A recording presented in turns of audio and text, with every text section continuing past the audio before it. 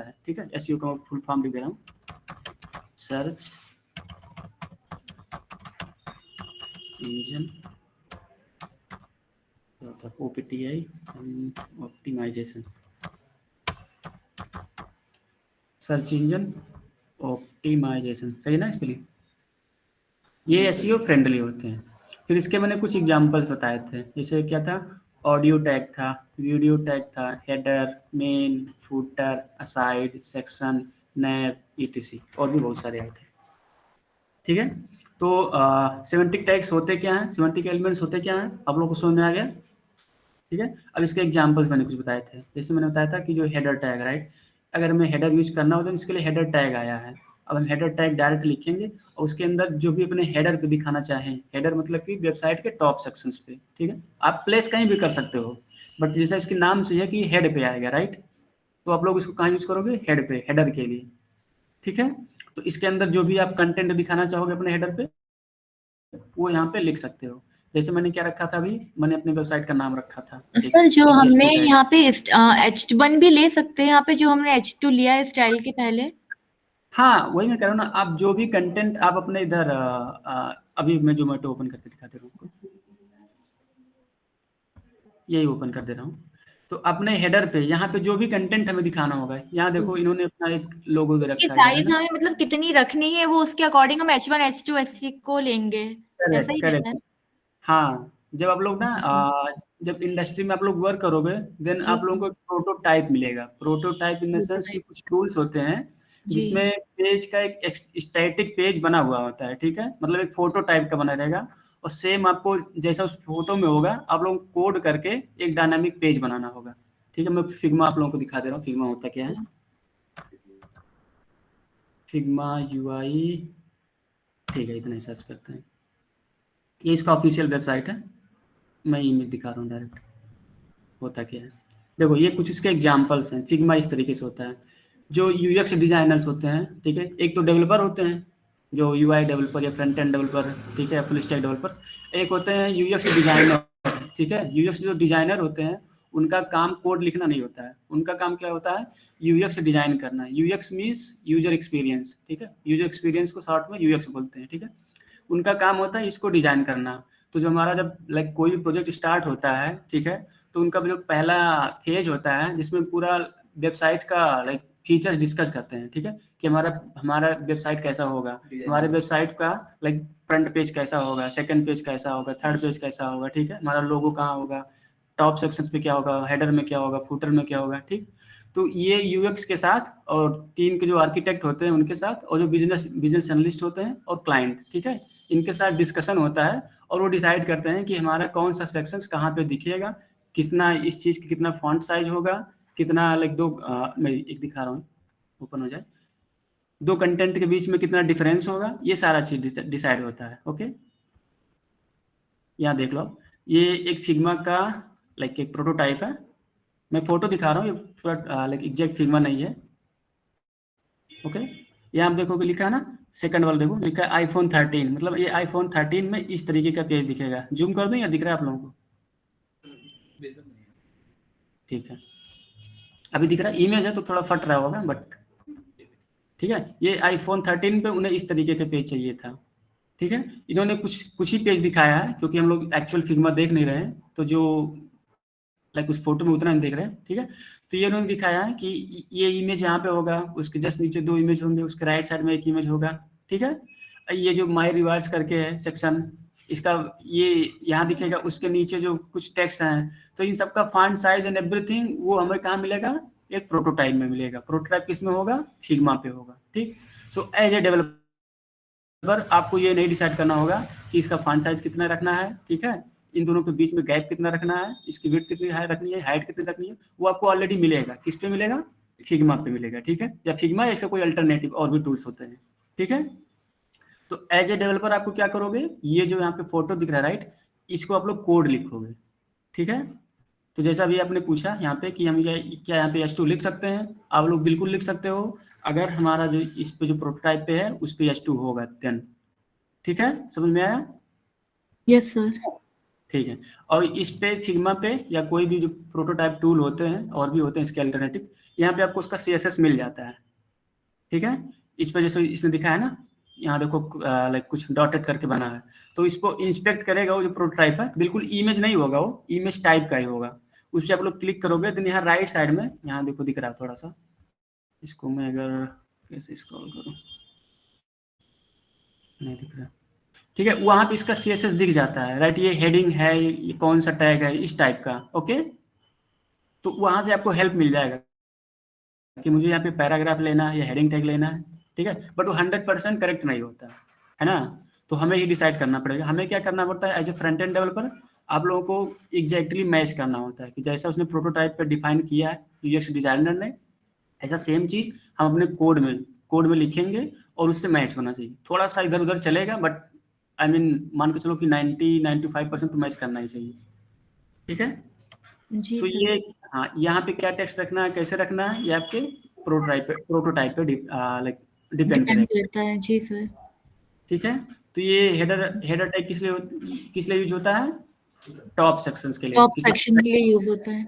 Top sections के लिए use होता है, ठीक है। तो तो कंटेंट राइटिंग भी इसी HTML में ही आता है?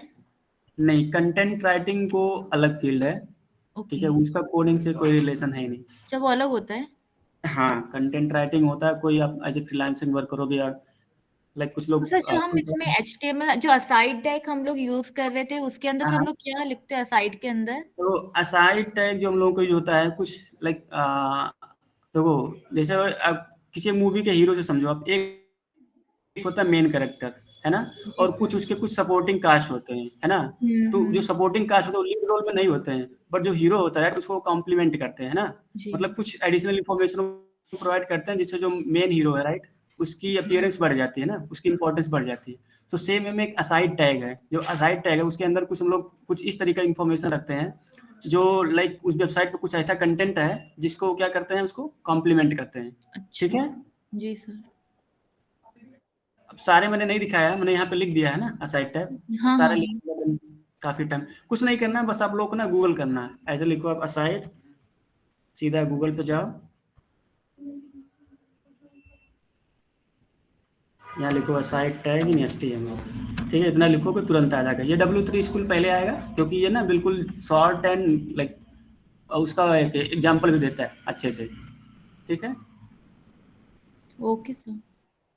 हाँ, इसको आप लोग ओपन कर लेना है क्विकली, इसमें कुछ लिखा होगा, पढ़ लेना है इसका क्या, हाँ, ठीक है। है ना। Define some content aside from content it is placed in, क्या लिखा है, रिलेटेड टू सराउंडिंग कंटेंट, है ना, सराउंडिंग लाइक कंटेंट। उसके आसपास कोई कंटेंट होगा उससे रिलेशन, आई मीन उसको ये क्या करेगा, कॉम्प्लीमेंट करेगा, ठीक है। Okay sir. उसके अंदर भी आप लोग कुछ लिख सकते हो, एक तरीके से इन्फॉर्मेशन ही प्रोवाइड करेगा इसमें, हाँ। ठीक। तो हेडर में आप लोग कोई भी कंटेंट डाल सकते हो इसमें। बेसिकली मैंने कल कुछ वेबसाइट दिखाए थे जिसमें क्या था कि ये जो लिंक्स होते हैं, राइट, एक सब में कॉमन था, तो इसलिए मैंने इसमें दिखा दिया था।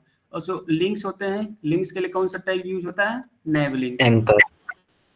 नहीं वो लिंक अलग है, ये नैव लिंक मतलब ये नेविगेशन लिंक्स होते हैं, ठीक है। Yes sir. हाँ, जैसे मान लें कोई एक पेज है, कोई एक वेबसाइट है, जैसे ये वेबसाइट है, तो ये जब न्यूज है, एक्सक्लूसिव है, ये है हाँ लाइक, सर। ये क्या है, नेविगेशन है। इस पे हम क्लिक करेंगे देन इसी वेबसाइट पे रहेंगे, बट कहीं ना कहीं नेविगेट कर देगा, ठीक है। अब देखोगे सेम पेज है, अब वेबसाइट यस सेम सर। है, कंटेंट चेंज हो रहा है, राइट। और जो एंकर टैग होता है, एंकर टैग किसी फुल URL पे सेंड करता है, जैसे हमने दिखाया था facebook.com का, है ना, उस तरीके से आप इंस्टाग्राम, पर्टिकुलर गूगल हमको किसी सबका कर, वेबसाइट पर लेकर जाता है एंकर टैग।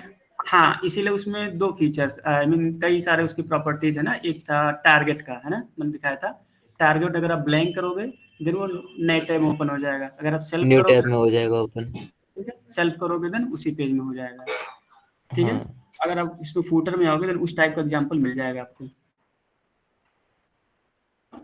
ये देखो, ये इसी पेज का है, कुछ लिंक्स दिखते हैं, सोशल मीडिया से नहीं डाला गया, हाँ ये देखो, है ना, ये इंस्टाग्राम का है, ये एंकर टैग है, इंस्टाग्राम फेसबुक जो भी है। अभी आप इस पर क्लिक करेंगे, आप देखोगे क्लिक ही नहीं हो, क्लिक ही नहीं हो रहा इनका, कुछ गड़बड़ होगा, ठीक है। तो ये इस टाइप के जो लिंक्स होते हैं, जो एक्सटर्नल साइट्स होते हैं, उसके लिए हम लोग एंकर टैग का यूज करते हैं, ओके, एंकर टैग मतलब ए टैग जो प्रीवियसली हमने यूज किया था प्रीवियस क्लास में, ठीक है, वो जी। ये इसके अंदर है, उसके अंदर है। देखो यहाँ यही सेम चीज है एंकर टैग, बट यहाँ पे हम लोग नेव की किस लिए लिख रहे हैं, क्योंकि हम लोग क्या करने वाले हैं, नेविगेशन करने वाले हैं। नेविगेशन। हाँ ठीक है, यस सर। ठीक। सो नेव लिंक हो गया, और हमें क्या करना था, मल्टीपल लिंक्स दिखाने थे, है ना, एक तरह से लिस्ट बनानी थी हमें, तो इसलिए हमने क्या यूज किया था, अनऑर्डर्ड लिस्ट लिया था। यहाँ पे हम ऑर्डर लिस्ट ले सकते हैं, बट अगर हम लोग ऑर्डर लिस्ट लेंगे देन उसके पहले 1 2 3 करके आएगा, जो हमें नहीं सर चाहिए था। इसमें तो सिर्फ वो बुलेट टाइप आएंगे ना, डॉट आते हैं अनऑर्डर्ड लिस्ट में। हाँ करेक्ट, अगर आप अनऑर्डर्ड लिस्ट लोगे यूजुअल टैग, देन उसमें डॉट यस डॉट आएगा, डॉट यस। डॉट डॉट करके। अगर आप यहाँ पे ऑर्डर्ड लोगे देन वो 1 2 1 2 3। 3 का एक सीक्वेंस देता है हमें। हाँ, बट उसको भी आप चेंज कर सकते हो, मैंने दिखाया था हाँ ना किसी पे, जी यहाँ सर। पे, यहाँ है, मैं दिखा दे रहा हूँ। ओएल ओएल टैग कहाँ गया, ये है ना ओएल टैग, इसको हाँ यहाँ पे मैंने ऑर्डर्ड कुछ लिस्ट। बताया था, यहाँ पे मैंने कुछ बताया था, यहाँ पे टाइप करके आता है ना, यहाँ पे आप लोग टाइप कुछ ए बी ये सी सर टाइप चेंज कर सकते हैं। जैसे दोगे ऑर्डरिंग भी चेंज हो जाएगी। ओके जी सर। ठीक है, सो हेडर समझ में आ गया किस लिए यूज करते हैं, नेव समझ में आ गया, नेव फिर लिंक। नैव में कैसे लिंक्स नेविगेट करती है, ये चीज बता दीजिए। देखो नेव कुछ नहीं, नेव टैग इसीलिए यूज होता है नेविगेशन बार बनाने के लिए। नेविगेशन बार मतलब ये जो भी दिखाया था ना मैंने एक वेब पेज पे, कुछ एक ये दिख रहा है पूरा लाइन रेड वाला, न्यूज एक्सक्लूसिव, सो है ये एंकर टैग ही, राइट, ये सारे एंकर टैग्स ही हैं अंदर, बट इनको एक एक बार में, राइट, नेविगेशन बार इसको बोलते हैं, एक एक लाइक एक लाइन में रखने के लिए, राइट, यूएल टैग का यूज किया। आप लोग नहीं यूज करोगे नेविगेशन तब भी होगा, बट मोस्टली हर वेबसाइट, हाँ मोस्टली हर वेबसाइट यूज करती है यूएल, सॉरी, नेविगेशन के लिए, ठीक है। अभी जब हम लोग कुछ फ्रेमवर्क्स पढ़ेंगे जैसे बूटस्ट्रैप हुआ, या आप लोग रिएक्ट वगैरह भी पढ़ोगे, तो उसमें आप लोग इसमें बूटस्ट्रैप में देखोगे नेविगेशन के लिए एक अलग कंपोनेंट आएगा, हम लोग डायरेक्ट उसको यूज करेंगे, उसमें इंटरनली वो नेव यूज करेगा, नेव टैग यूज करेगा, ठीक है। इसमें अभी भी किसी को कोई doubt? No sir, no sir. Clear है।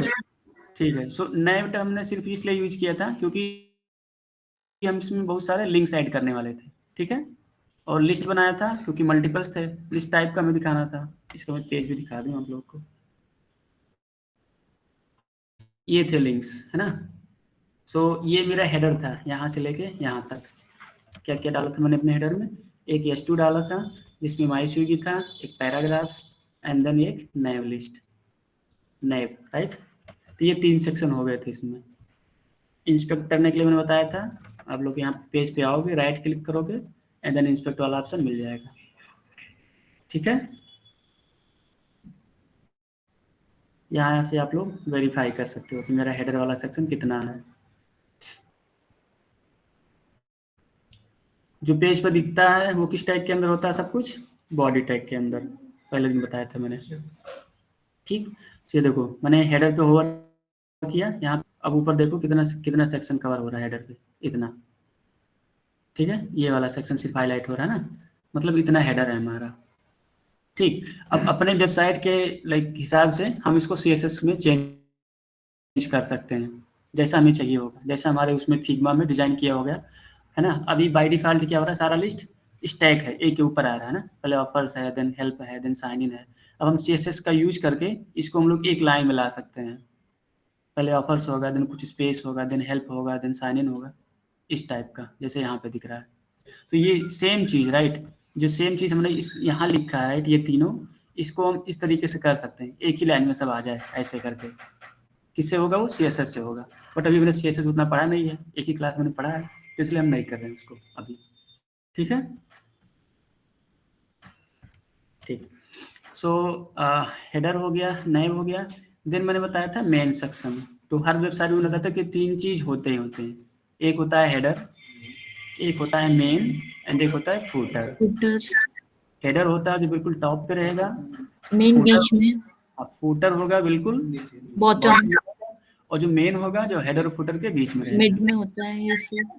बिना इसके भी आप लोग कर सकते हो, जो नहीं है मेन टैग का यूज करो, बट HTML5 में उसने जान पुश के इंट्रोड्यूस किया है, जिससे क्या होगा कि कुछ एडिशनल जो है ब्राउजर को हेल्प मिलेगा। क्या हेल्प मिलेगा? ये सारी चीज़ें जो मैंने बताया यहाँ पे, एसईओ ऑप्टिमाइजेशन एंड एक्सेसिबिलिटी, सिर्फ इसके लिए।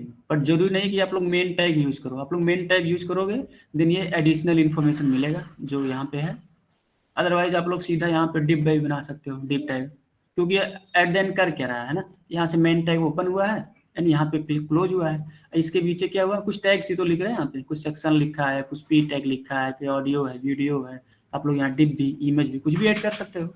तो कर क्या रहा है, कुछ रैप ही कर रहा है ना, कुछ कुछ सेक्शन एक तरीके से डिप की तरीके ही हाँ, सेक्शन एक तरीके का डिप ही है वो भी, ठीक है। सो मेन आप लोग नहीं यूज करोगे तब भी चलेगा। अगर आप लोग रिएक्ट पढ़ोगे राइट, देन उसमें मेन का यूज नहीं होगा, ठीक है। आप लोग रिएक्ट पढ़ोगे कोई फ्रेमवर्क यूज करोगे, क्यों?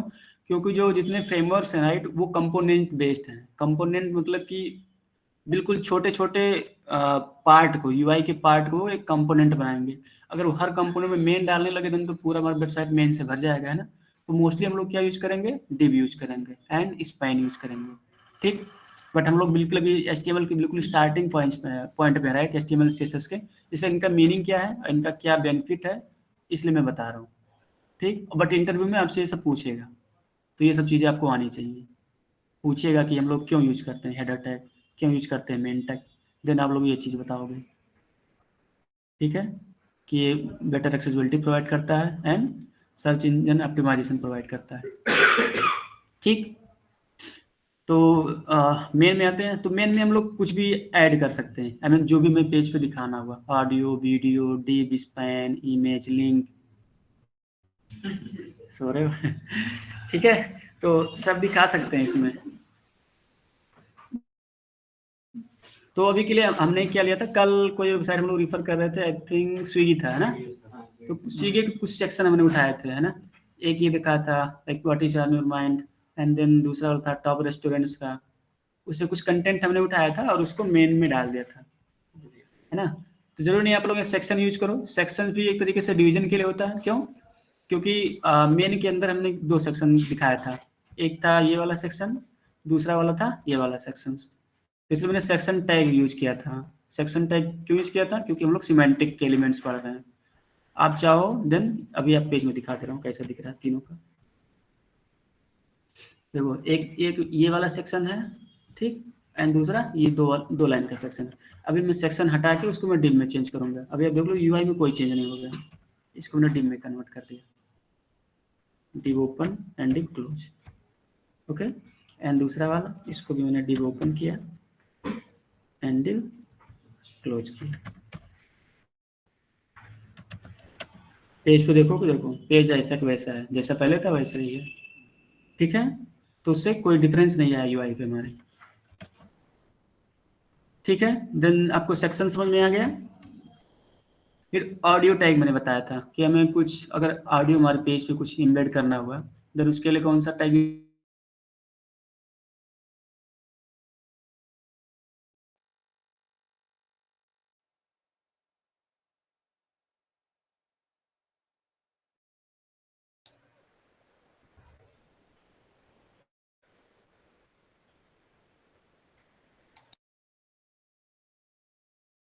Video slash sir screen freeze हो रही सर।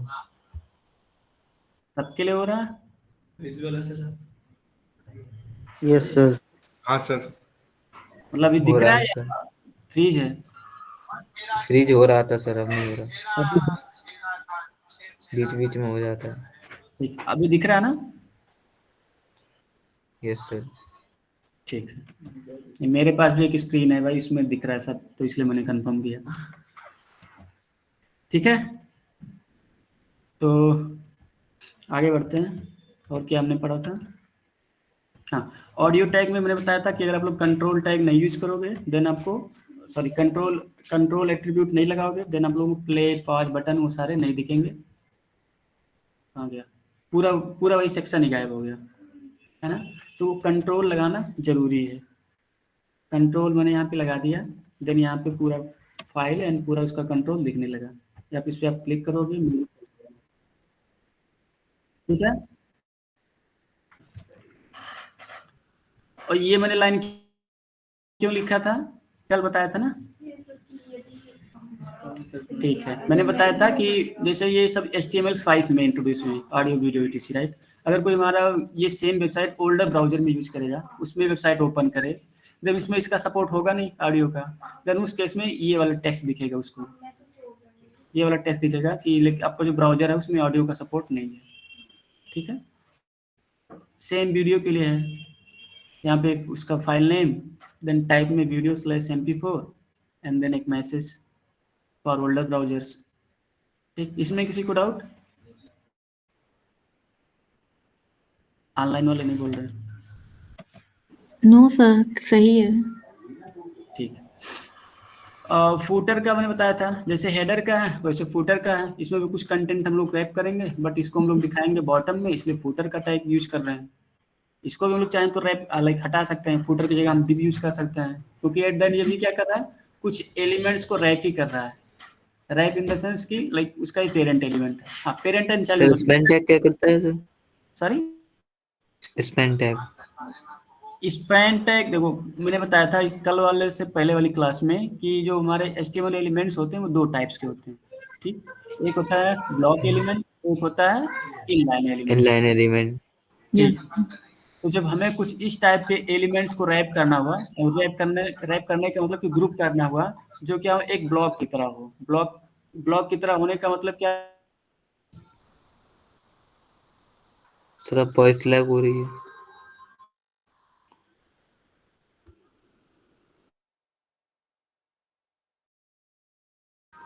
सर वॉइस लैग हो गया। स्क्रीन में तो सही हो गया। रुक बहुत गया लैग अभी। होता है।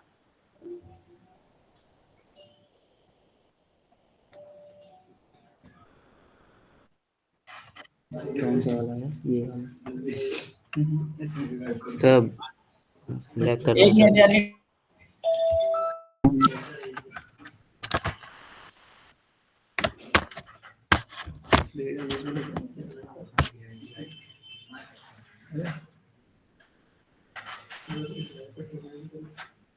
Hello yes hello, sir. अभी दिख रही स्क्रीन, आवाज आ रही है मेरी? अभी आ यस रही है सर। सर।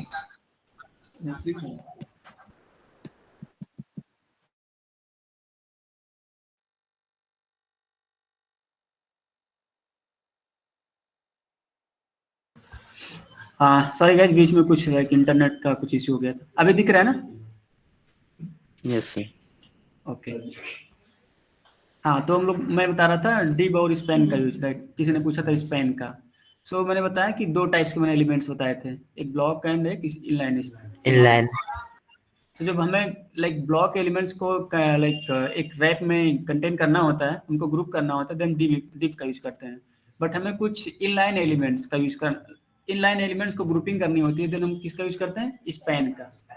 ठीक, तो स्पैन के कुछ मैंने एग्जांपल्स बताए थे, सॉरी इनलाइन एलिमेंट्स के, जैसे क्या था, एंकर टैग था, इमेज टैग था, बोल्ड टैग था, स्ट्रॉन्ग टैग था, ठीक है, BR टैग भी था, है ना। सो इस टाइप के कुछ एलिमेंट्स होते हैं, उनको हमें ग्रुपिंग करनी होती थी। जैसे कुछ आप लोगों ने देखा होगा किसी पेज पे कि एक ही लाइन में कुछ, जैसे मान लिया first name and last name लिखा हुआ है, देन फर्स्ट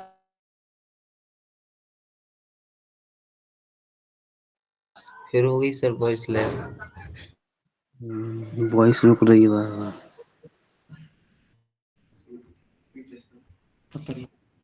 कोई बात नहीं, हम लोग फिक्स कर रहे हैं इसको।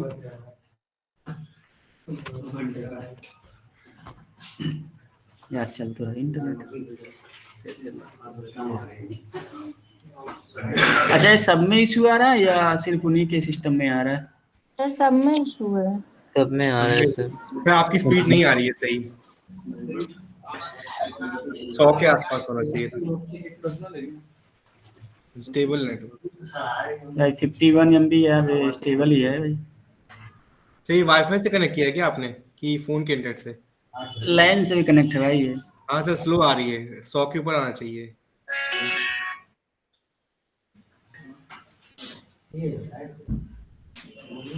पहले वाईफाई से था, अभी लाइन सर से अब तो connect 8 9 आ रहा है अब तो।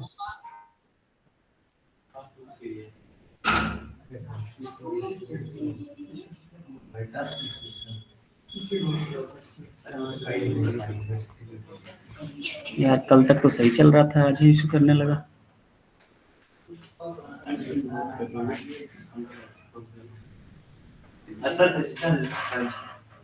फाइव जी तो यार मेरा भी है, कोई बात नहीं, मैं अपना कनेक्ट कर ले रहा हूँ फोन से ही।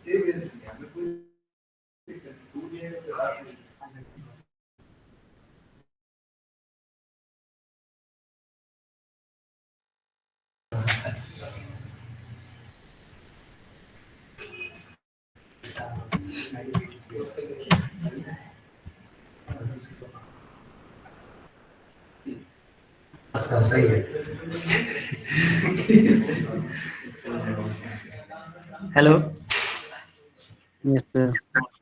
अभी वॉइस लैग कर रहा है अभी भी? No sir. No sir. अभी कर रही। ठीक है, लैग कर रहा है अभी भी? हेलो, आ रही प्रॉपर में, कभी कभी हो रही है इसमें भी। यार इस स्पीड पे तो नहीं होना चाहिए यार, 2 MB 3 MB होता है देन थोड़ा इशू हो सकता था, बट अगर 10+ है देन इशू तो नहीं होना चाहिए।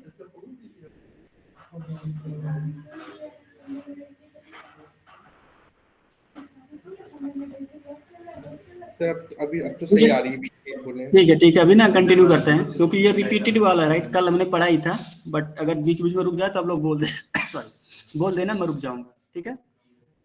जैसे ही लगेगा आप लोग बोल देना। तो स्पैन टैग मैं बता रहा था, स्पैन टैग हम लोग सॉरी तब यूज करते हैं जब हमें क्या करना हो, मल्टीपल इनलाइन एलिमेंट्स को ग्रुपिंग करने को, है ना? ठीक है, तो आया समझ में? और इसको उसको एक्सप्लेन करें, कौन पूछा था? सर मेन पर्पज मतलब स्पैन का, स्पैन का मेन स्पैन एक इनलाइन एलिमेंट है राइट, तो हमें कुछ हाँ सर इनलाइन, इनलाइन एलिमेंट है।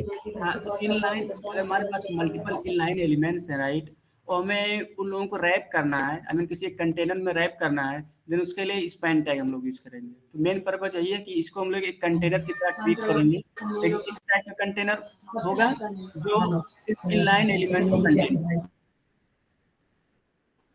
ठीक यस है? सर। जैसे मैंने हाँ एग्जाम्पल सर। बताया था कि एक लाइन में एक फर्स्ट नेम है और लास्ट नेम है, ठीक है? तो मैं चाहता हूँ कि फर्स्ट नेम किसी और कलर का हो, सेकंड नेम किसी और कलर का हो, तो मैं क्या करूँगा, हाँ लाइन एलिमेंट्स सॉरी स्पैन के अंदर ही मैं दिखा दे रहा हूँ कैसे लिखेंगे इसको। एक स्पैन टैग लिखेंगे हम लोग, ठीक है? इसके अंदर हम 2 स्पैन टैग लिखेंगे, एक स्पैन में लिखेंगे यहाँ पे फर्स्ट नेम, ठीक है? यहाँ पे हम लिखेंगे उसका फर्स्ट नेम, एंड दूसरे स्पैन टैग में लिखेंगे उसका लास्ट नेम, ठीक है? जो भी नाम हो उसका, यहाँ पे लास्ट यस नेम सर। लिखेंगे। अब देखो हमें क्या करना है कि इन दोनों को राइट, इन दोनों को एक ही लाइन में दिखाना है, first name and last name को एक ही लाइन में दिखाना है, बट दोनों का कलर क्या होगा, अलग अलग होगा, ठीक है? सो सिर्फ हमने रैप कर दिया इसी से, राइट? इसको मैंने अलग अलग में ना करता, एक ही में लिख देता first name and last name, तब भी वो एक ही लाइन में दिखता। मैं दिखा दे रहा हूँ कैसे, हाँ जैसे ऊपर वाला दिख रहा है लाइक ऑल राइट्स रिजर्व करके, ठीक? तो ये अभी एक ही लाइन में दिख रहा है, बट अगर हमें इस रिजर्व को राइट ब्लैक कलर में, सॉरी कलर इसका चेंज करना होगा, मुझे मान लिया रेड कलर का करना होगा, देन मैं क्या करूंगा, इस राइट्स को मैं किसी एक स्पैन टैग में उसको रैप कर दूंगा। स्पैन टैग ओपन किया, क्लोज किया, और उसके अंदर इसमें रैप कर दिया। अब मैं इस पर कुछ CSS अप्लाई कर सकता हूँ, स्टाइल इक्वल टू, इसका मैंने दे दिया कलर एंड दे दिया इसका रेड, ठीक है? अब आप देखोगे कि ये जो स्पैन टैग है और इंटरनल वाला है, इस पे जो CSS मैंने अप्लाई किया है सिर्फ इस पे अप्लाई होगा, बाकी ये हाँ ठीक है। तो जो स्पैन टैग का है आप लोग देख लो यूज क्यों किस लिए यूज हुआ, क्योंकि ये दूसरे एक इनलाइन एलिमेंट को रैप कर रहा है, इस वाले इनलाइन एलिमेंट को रैप कर रहा है, ठीक है। तो ये क्या होगा कि ये अब एक ही लाइन में दिखेंगे, एक ही लाइन में दिखेंगे, बट इसका स्टाइल अलग होगा। Yes sir, clear.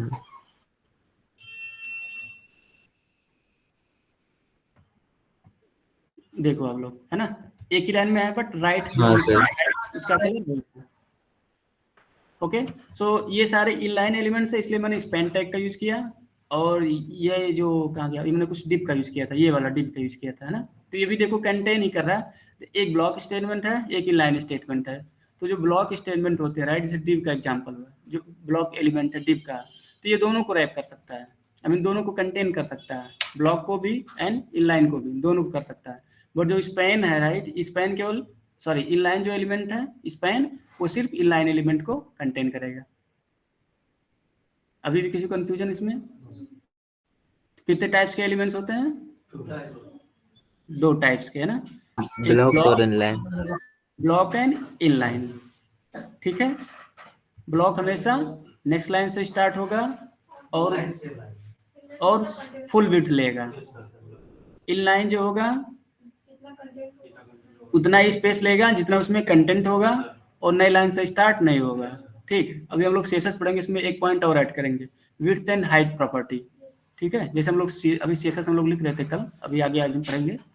तो कुछ हम लोग किसी एलिमेंट का विड्थ एंड हाइट भी उसमें लोग दे सकते हैं सीएसएस की मदद से, ठीक है। तो जो इनलाइन एलिमेंट्स होते हैं उसमें हम लोग विड्थ एंड हाइट देंगे तो इस पर वर्क नहीं करेगा, ठीक है, इमेज को छोड़ के। इमेज एक स्पेशल केस है, ठीक। जो इनलाइन एलिमेंट्स है जैसे स्पैन है, अगर मैं इसका विड्थ एंड हाइट दूं तो इस पर कुछ फर्क ही नहीं पड़ेगा। और जो ब्लॉक एलिमेंट्स है उसमें हम लोग विड्थ एंड हाइट दे सकते हैं, ठीक। तो आगे देखेंगे लोग, सीएसएस पढ़ेंगे तब। अभी के लिए सिर्फ 2 ही चीज जानो, डिव जो होता है, ब्लॉक एलिमेंट जो होता है फुल विड्थ लेता है उस लाइन का और नई लाइन से स्टार्ट होता है। और जो इनलाइन एलिमेंट्स होते हैं जैसे कि स्पैन, ये क्या करता है, उतना स्पेस लेगा जितना उसमें कंटेंट होगा और नई लाइन से स्टार्ट नहीं होगा, ठीक है। स्टार्ट तभी होगा जब वो लाइन फुल हो जाएगी नई लाइन से, ठीक। ठीक, तो आई थिंक मैंने कल वाला जो मैंने सिमेंटिक एलिमेंट्स पढ़ा था इसमें सब कवर कर लिया है। अभी भी किसी को कुछ डाउट हो तो बताए। ये सीएसएस आप छोड़ दो, सीएसएस मैं फिर से बताऊंगा, मैं सिर्फ इसकी बात कर रहा हूँ, सिमेंटिक एलिमेंट्स की। अभी भी किसी को कोई डाउट हो इसमें?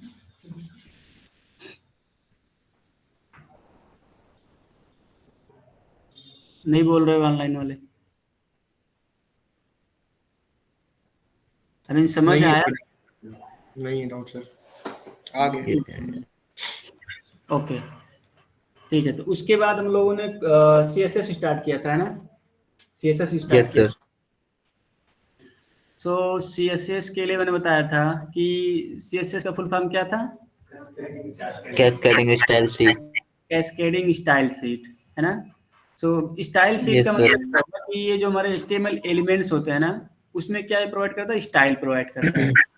अब स्टाइल में क्या क्या होगा, उसका हो सकता है हम कलर चेंज करें, एक तरीके से उसकी स्टाइलिंग चेंज कर सकते हैं। उसका हम लोग बैकग्राउंड कलर चेंज करें, वो भी एक स्टाइल हो सकता है। हो सकता है हम उसका थिकनेस चेंज करें, आई मीन उसको बोल्ड बना दें किसी भी टेक्स्ट को, है ना। तो कुछ उसके एग्जाम्पल्स होते हैं। तो ये जो CSS है किस लिए यूज होता है? एलिमेंट की स्टाइलिंग चेंज करने के लिए होता है, राइट। तो इसका मैंने कुछ एक लाइन का डेफिनेशन लिखा था कि ये एक स्टाइल शीट लैंग्वेज है which is use to control the appearance of a web page by defining its layout, colour, font and overall UI, ठीक है। तो CSS क्या क्या चेंज करता है? उसका लेआउट चेंज करता है, उसका कलर चेंज करता है, उसका फॉन्ट चेंज करेगा, उसका ओवरऑल UI चेंज करेगा, ओके। कल मैंने एक एग्जांपल भी दिखाया था कि इमेज की हेल्प से। कहाँ गया? आई थिंक ये वाला था।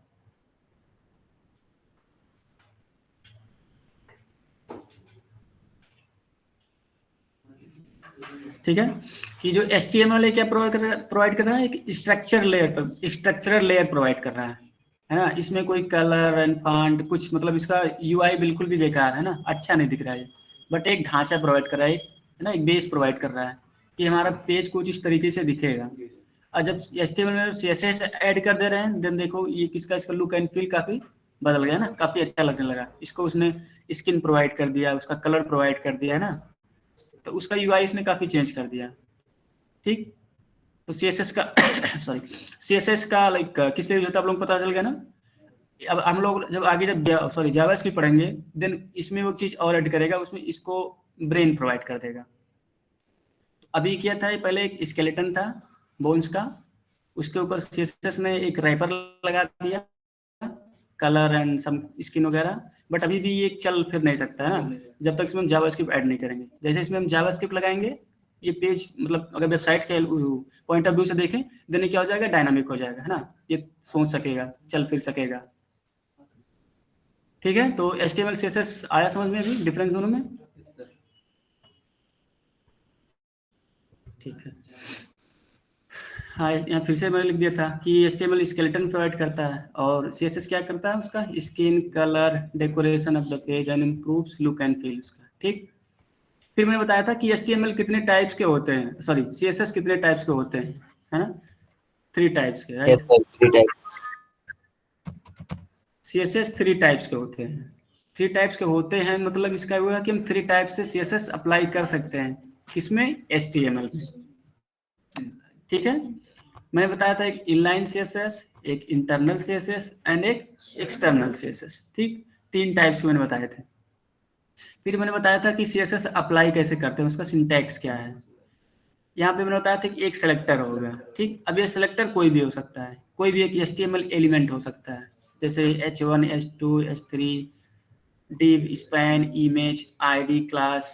ठीक है, कुछ भी हो सकता है यहाँ पे, ID, क्लास, ठीक है, कुछ भी हो सकता है। तो ये सिलेक्टर हो गया, यहाँ पे उसका नाम लिखेंगे कि किस में हमें CSS अप्लाई करना है। फिर क्या करेंगे, curly bracket open and close, then यहाँ पे हम क्या लिखेंगे, CSS की प्रॉपर्टी लिखेंगे। ठीक है, और देखो एक CSS की हर प्रॉपर्टी का एक नेमिंग कन्वेंशन है कि अगर एक से ज्यादा वर्ड का है, जैसे बैकग्राउंड कलर, ये 2 वर्ड से बनाना, पहले आएगा बैकग्राउंड, देन बीच में माइनस एंड देन कलर आएगा। ठीक है, तो जो CSS की प्रॉपर्टी होती है, अगर एक से ज्यादा नाम वर्ड के हैं उसमें, देन उसमें बीच में हाइफन या माइनस जो भी आप बोल लो ऐड होता है। ठीक है, तो यहाँ के CSS की प्रॉपर्टी आएगी, देन एक कॉलन आएगा, देन उसकी वैल्यू आएगी। ओके, ये क्या हो गया, उसका सिंटैक्स हो गया CSS का। यहाँ पे एक एग्जांपल दिया था मैंने कि मान लीजिए हमारा पैराग्राफ है, ठीक है, उस पर अगर कुछ CSS हमें अप्लाई करना हो, देन यहाँ पे P टैग लिखेंगे, मतलब पैराग्राफ पे हम अप्लाई कर रहे हैं, कर्ली ब्रैकेट ओपन क्लोज, जैसे सिंटैक्स मैंने बताया, और कोई एक CSS की प्रॉपर्टी जैसे कि कलर हो गया, और CSS उसकी प्रॉपर्टी की वैल्यू मीन्स ग्रीन हो गया। ठीक है, अगर हमें कोई और अप्लाई करना हो एक चीज, एक से ज्यादा प्रॉपर्टी, देन एंटर करेंगे, यहाँ पे दूसरी उसकी प्रॉपर्टी का नेम देंगे, जैसे मान लीजिए इसका मैं बैकग्राउंड कलर चेंज कर रहा हूँ। ठीक है, BACK background, then minus, then colour, फिर सेम से कॉलम एंड बैकग्राउंड कलर जो भी आप देना चाहो, रेड। ठीक है, ये लास्ट में ये लगाना जरूरी है, सेमीकोलन। क्यों जरूरी है, क्योंकि अगर आप ये नहीं लगाओगे देन वो समझेगा कि आगे आप कुछ और लिखने वाले हो। ठीक, तो इससे क्या होता है, वो समझ जाता है कि ये क्लोजिंग, लाइक यहीं पे आप क्लोज कर रहे हो। अगर सिंगल अप्लाई करो देन जरूर नहीं है आप लोग कॉलन लिखो, but as a good practice करोगे। ठीक, तो फिर से आते हैं कितने टाइप्स के होते हैं CSS, 3 टाइप्स के। इनलाइन CSS कैसे अप्लाई करते हैं, कल मैंने बताया था, एक होता है style tag, right, sorry style attribute होता है। सर ये पर्टिकुलर टैग के अंदर होता है? हाँ, इनलाइन मतलब एक लाइन के लिए सिर्फ उसी लाइन पे अप्लाई होगा, उसी लाइन मतलब कि उसी एलिमेंट पे अप्लाई होगा जिस पे अप्लाई करेंगे। और कैसे होगा ये inline, using style attribute, using style attribute in any element. ठीक है, इसका एग्जांपल बताएं। आज नया बात, मतलब इसको ना कमेंट करके अभी फिर से बताएंगे दूसरे के लिए, जिससे आप लोग कंफ्यूज ना हो, इसमें काफी चीजें आ गई ना। इसको मैं कर दे रहा हूँ कमेंट, बीच में आ गया कुछ और, बीच बीच में कमेंट ना, कोई बात नहीं, हम लोग यहाँ नया फाइल जनरेट कर लेना है।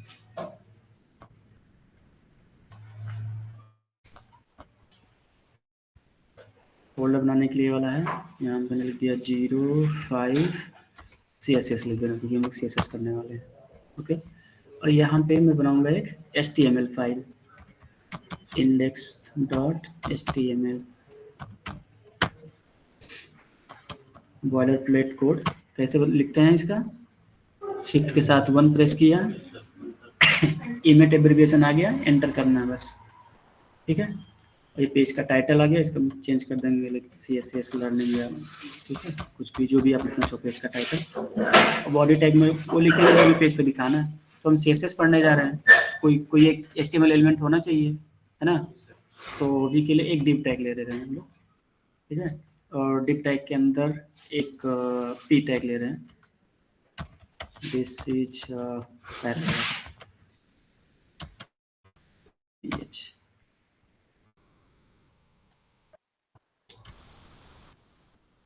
क्या होता है, अब इसको एक अलग फाइल है, देन इसको हमें रन करना होगा। रन कैसे करते हैं, पेज पे राइट क्लिक करेंगे, सॉरी फाइल में ओपन विथ लाइव सर्वर का ऑप्शन आएगा, इस पर क्लिक किया, HTML रन हो रहा है, ठीक। अब मैं एग्जांपल दे रहा था इनलाइन CSS का। तो इनलाइन CSS के लिए मैंने क्या बताया था, मैंने इनलाइन CSS के लिए बताया था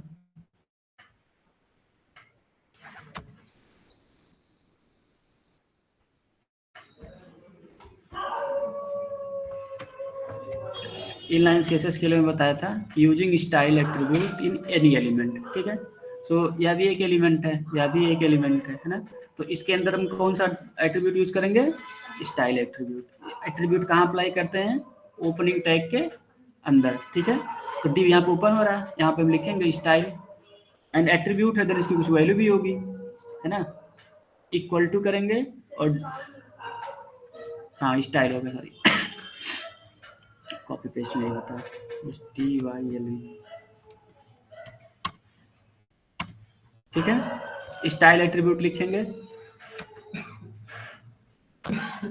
और यहाँ पे हम एक मतलब कुछ भी CSS की प्रॉपर्टी अप्लाई करेंगे, ठीक है। तो CSS की प्रॉपर्टी क्या होती है, बहुत सारे हैं, जैसे उसका कलर क्या है, उसका बैकग्राउंड कलर क्या है ना, उसकी विड्थ कितनी है, उसकी हाइट कितनी है। तो ये सब CSS की प्रॉपर्टीज होती है। अभी हमने इसको डिटेल में नहीं पढ़ा, ठीक है, CSS की प्रॉपर्टीज वो हम लोग आगे पढ़ेंगे। अभी हम सिर्फ ये देख रहे हैं कि हम CSS कितने तरीके से लिख सकते हैं, ठीक है। तो अभी हम पढ़ रहे हैं सिर्फ इनलाइन CSS। इनलाइन CSS कैसे अप्लाई करेंगे, using style attribute in any element. हमें यहाँ अप्लाई करना है, देन यहाँ पे मैं लिख दिया।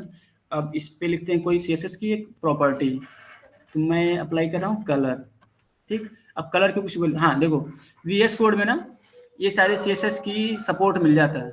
आप लोग जैसे कोई एक प्रॉपर्टी लिखोगे देन उसकी सारी वैल्यूज मिल जाएंगी आपको। आप लोग यहाँ सिर्फ VS कोड में पाओगे, अगर आप लोग किसी नोटपैड वगैरह में लिखोगे, एडिट प्लस वगैरह में, देन इन सबका सपोर्ट नहीं मिलेगा वहाँ पर।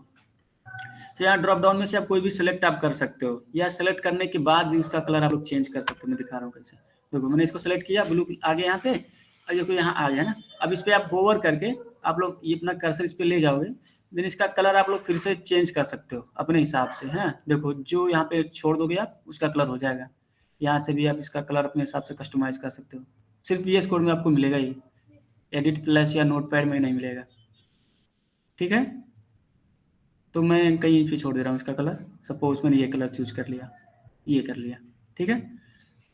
और देखो इसका फॉर्मेट चेंज हो गया RGB, तो इसका टेंशन ना लो, मैं आगे बताऊंगा ये क्या है RGB, बट है ये कलर है, ठीक। सो मैंने क्या यहाँ पे CSS कैसे लिखा, स्टाइल एट्रीब्यूट का एक CSS की एक मैंने प्रॉपर्टी दी और उसकी कुछ वैल्यू दी। तो होना क्या चाहिए कि इस डिव पे ये कलर अप्लाई होना चाहिए। देखते हैं अप्लाई हुआ है नहीं हुआ, देखो अप्लाई हो गया, हो गया।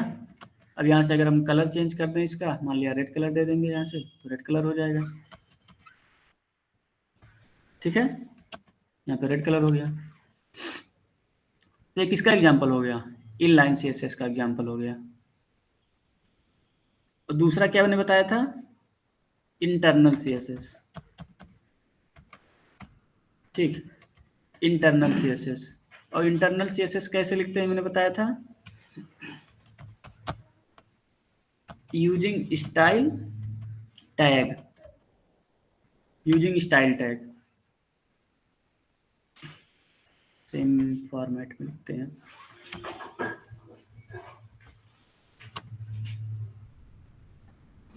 ठीक है, यूजिंग स्टाइल टैग। और वो स्टाइल टैग लिखोगे कहाँ आप? स्टाइल टैग लिखेंगे हम लोग किसमें? हेड में। ये रूल है, ठीक है। जरूर मतलब क्योंकि बॉडी में हम वो चीज़ लिखते हैं जो हमें पेज पे दिखानी होती है, जो कंटेंट दिखाना होता है ना। तो स्टाइल कोई कंटेंट तो है नहीं, वो क्या स्टाइलिंग है। जो कंटेंट सेम रहेगा, सिर्फ उसका कलर एंड फॉन्ट, मतलब उसका अपीयरेंस चेंज करेगा ना। तो इसको किस में लिखेंगे हम लोग? हेड में। स्टाइल टैग यहाँ पे लिखेंगे। कोई डाउट है किसी को इसमें? ऑनलाइन वाले नो सर। समझ आ रहा है ना आप लोगों को? ठीक है। So yes sir. हाँ, सो अब हम लोग किसका एग्जांपल देख रहे हैं? हम लोग इंटरनल सीएसएस का। इंटरनल सीएसएस किसमें? इंटरनल क्यों बोलते हैं इसको? क्योंकि इसी पेज के अंदर ही अप्लाई कर रहे हैं हम लोग, है ना। सेम लाइन में ना करके कहीं और लिख रहे हैं, बट इसी पेज सॉरी इसी फाइल में लिख रहे हैं। इस फाइल के इंटरनल ही लिख रहे हैं ना, इसलिए इसको इंटरनल सीएसएस बोलते हैं। और वो लिखते कैसे हैं? Using style tag in head, HEAD in head tag. तो हेड टैग में हम आ गए, स्टाइल एट्रीब्यूट लगा, सॉरी स्टाइल टैग लगा दिया। अब इसके अंदर हम लिखेंगे सीएसएस। और सीएसएस लिखने का रूल वही सिंपल सा है। एक सेलेक्टर होगा, करली ब्रैकेट ओपन क्लोज होगा, एक प्रॉपर्टी होगी, उसकी कुछ वैल्यू होगी, है ना। इसमें दिखा रहा हूँ ये वाला जो मैंने सिंटैक्स दिखाया था ना। हाँ, ये ना मैं अभी बताया था, देखो सिलेक्टर, जो सिलेक्टर क्या है? HTML एलिमेंट होते हैं। HTML एलिमेंट मतलब यही H1 H2 P1 sorry paragraph, div, span, ये एलिमेंट्स होते हैं। सेलेक्टर में एलिमेंट जरूर नहीं एलिमेंट्स ही हों, मतलब किसी एलिमेंट को हम लोग पॉइंट करते हैं। सेलेक्टर मतलब क्या किस पे हम लोग सीएसएस अप्लाई करने वाले हैं, है ना। बट एट द एंड कोई एक एलिमेंट ही होगा। अब उसको सेलेक्ट करने के बहुत सारे वेज हैं, वो हम लोग आगे देखेंगे, ठीक है। हाँ, ग्रुप ऑफ एलिमेंट्स भी होगा। अब ग्रुप ऑफ एलिमेंट्स को सेलेक्ट करने का थोड़ा सिंटैक्स अलग होगा, बट है क्या वो एक, मतलब एट द एंड हम लोग क्या सेलेक्ट कर रहे हैं? एक एलिमेंट ही सेलेक्ट कर रहे हैं, ठीक है। उतने नोट्स मैंने बना दिए हैं, जितना आप लोग अगर एक बार इसको रिवाइज करोगे देन सॉरी वो समझ में आ जाएगा, ठीक है। ठीक है, तो रूल यही होगा, एक सिलेक्टर होगा, देन एक सीएसएस की प्रॉपर्टी होगी और इसकी वैल्यू होगी। आते हैं उस फाइल में जहाँ हम लोग लिख रहे थे। यहाँ पे कुछ और बना लेते हैं इसके लिए। यहाँ पे फिर से एक डिव टैग बना लिया, ठीक है। यहाँ पे लिख दिया this is a div tag. अब हम इस डिव पे अप्लाई करेंगे। तो डिव पे अप्लाई करने के लिए पहले एक डिव सेलेक्टर चाहिए। सीएसएस यहाँ है, सॉरी स्टाइल टैग यहाँ हेड में, यहाँ मैंने डिव लिखा, करली bracket open and close, same syntax में लिख रहा हूँ। एक प्रॉपर्टी होगी, मैं यहाँ पे बैकग्राउंड लिख दे रहा हूँ, बैकग्राउंड लिख दिया। और बैकग्राउंड के यहाँ पे कलर लिख दे रहे हैं, लाइट ब्लू या जो भी देना चाहो आप, लाइट ब्लू लिख दिया मैंने।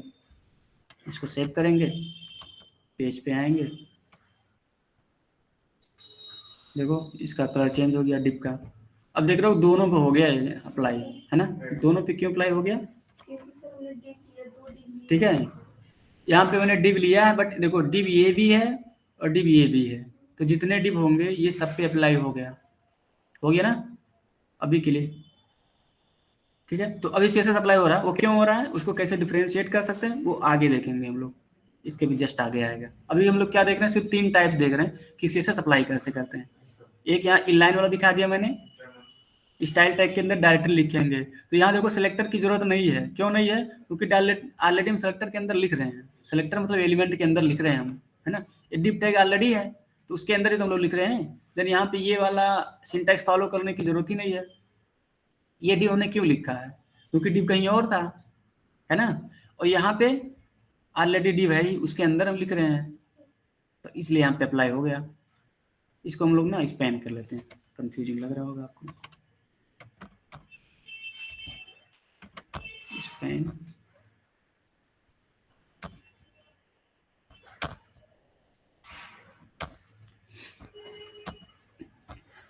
अब देखोगे आप लोग तो यहाँ पे भी चेंज करना होगा। अगर हम सिर्फ स्पैन पे अप्लाई करना चाहते हैं देन यहाँ डिव की जगह स्पैन करना होगा। अब आप देखो कि सिर्फ इसी को अप्लाई हुआ है, जो मैंने अभी बैकग्राउंड में दिया था, है ना। बैकग्राउंड में क्या लिखा था, लाइट ब्लू, किस पे अप्लाई किया है, इस पेन पे, तो सिर्फ इस पेन पे अप्लाई हुआ, सिर्फ कहाँ अप्लाई हुआ, इस पेन पे। ठीक, तो ये दोनों समझ में आया आप लोगों को, inline CSS and internal CSS. अब तीसरा क्या था, external CSS.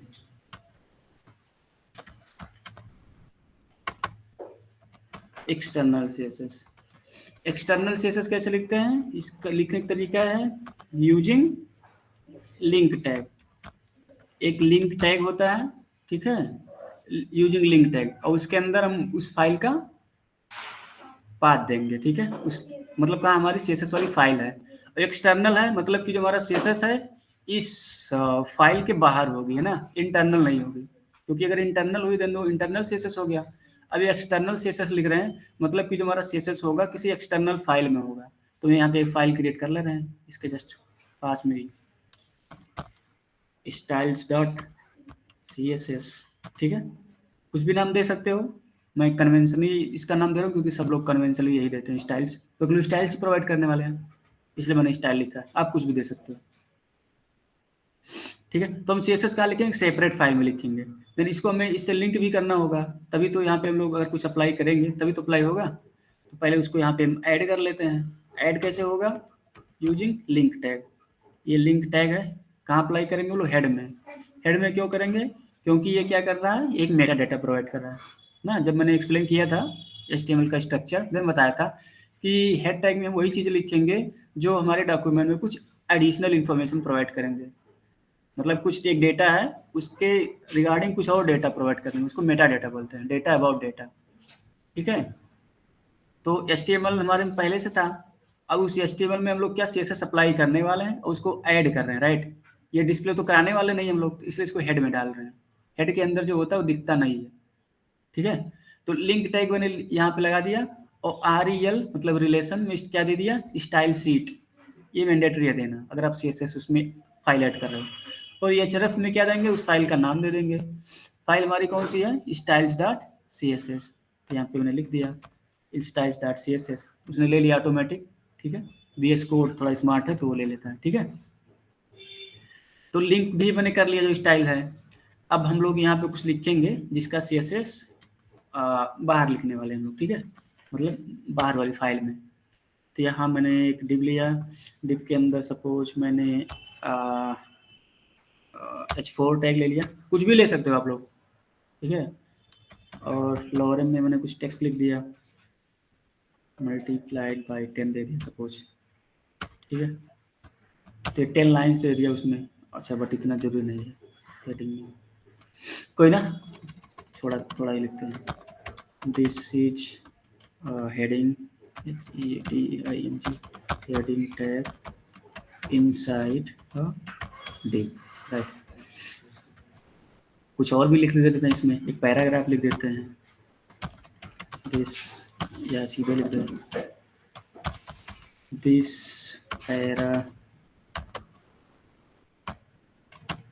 This paragraph is, क्या लिखा है, फॉर अप्लाइंग एक्सटर्नल CSS, ठीक है। तो हम लोग क्या करने वाला है कि इन पे हम लोग क्या एक्सटर्नल CSS अप्लाई करने वाले हैं, ठीक है। तो एक्सटर्नल CSS में भी सेम सिंटैक्स पे ही फॉलो करना पड़ेगा जो भी हमने बताया था प्रीवियस वाली फाइल में। आ गया यहाँ सिंटैक्स क्या है, किस पे अप्लाई करना है, क्या प्रॉपर्टी अप्लाई करनी है, उसकी क्या वैल्यू देनी है, सेम चीज़ लिखेंगे, ठीक है। तो आप लोग बताओ किस पे अप्लाई करना चाहते हो, पूरा डिप पे या H4 पे, किस पे। ऑनलाइन वाले बोल नहीं रहे हो, क्या हुआ, बोर हो रहे हो आप लोग। No sir. तो बोलो आप लोग किस पे अप्लाई करूँ, शांत बैठे हो, आप लोगों को पता है फिर इधर उधर बिजी हो गए आप लोग। सर फुल डेप में कर दो या फिर पर्टिकुलर डेप में कर दो। नहीं वो तो हमें पता है किसी पे कर, किस पे करूँ ये बताओ। पैराग्राफ में कर दो। कोई और बोले, कोई और बोले, सब सो रहे हैं मुझे लग रहा है। आंसी केवल बोल रहा है, बाकी सब चुप हैं। भाई क्लास को इंटरेक्टिव बनाओगे तभी मजा आएगा, है ना। अभी मैं इसे वन वे में बोल रहा हूँ, आप पता नहीं क्या कर रहे हो उधर, है ना, पता नहीं आप लोग देख भी रहे हो या कुछ और कर रहे हो या सो रहे हो या खा रहे हो, लेकिन कहाँ मजा आएगा।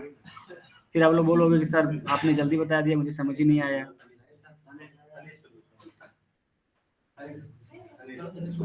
तनिष्क, भाई डिमांड आ रही है कि तनिष्क से पूछा जाए, ऑफलाइन वाले बोल रहे हैं। तनिष्क एक बार आप बोल दो किस पे अप्लाई करें। सर ये सर आप दिखाइए, कोड दिखाइए। लो भाई, इसका मतलब सच में सो रहे थे? नहीं सो नहीं रहे थे सर, खाना खा रहे थे ना, झूठ क्यों बोले सर। यार देखो क्लास के टाइम पे यार ये सब ना किया करो।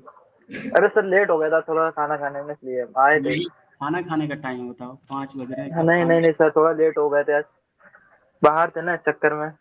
ठीक है, हम बताओ किस पे CSS अप्लाई करें? सर एक्सटर्नल में होगी CSS अप्लाई? अरे वो तो मैं पूछ रहा हूँ किस पे अप्लाई करूँ। अप्लाई सर, अप्लाई मतलब आप किसको स्टाइलिंग किस पे प्रोवाइड करना चाहते हो? इस भाई वाले सर, भाई इन लोग तो कहिए हंसी है ना।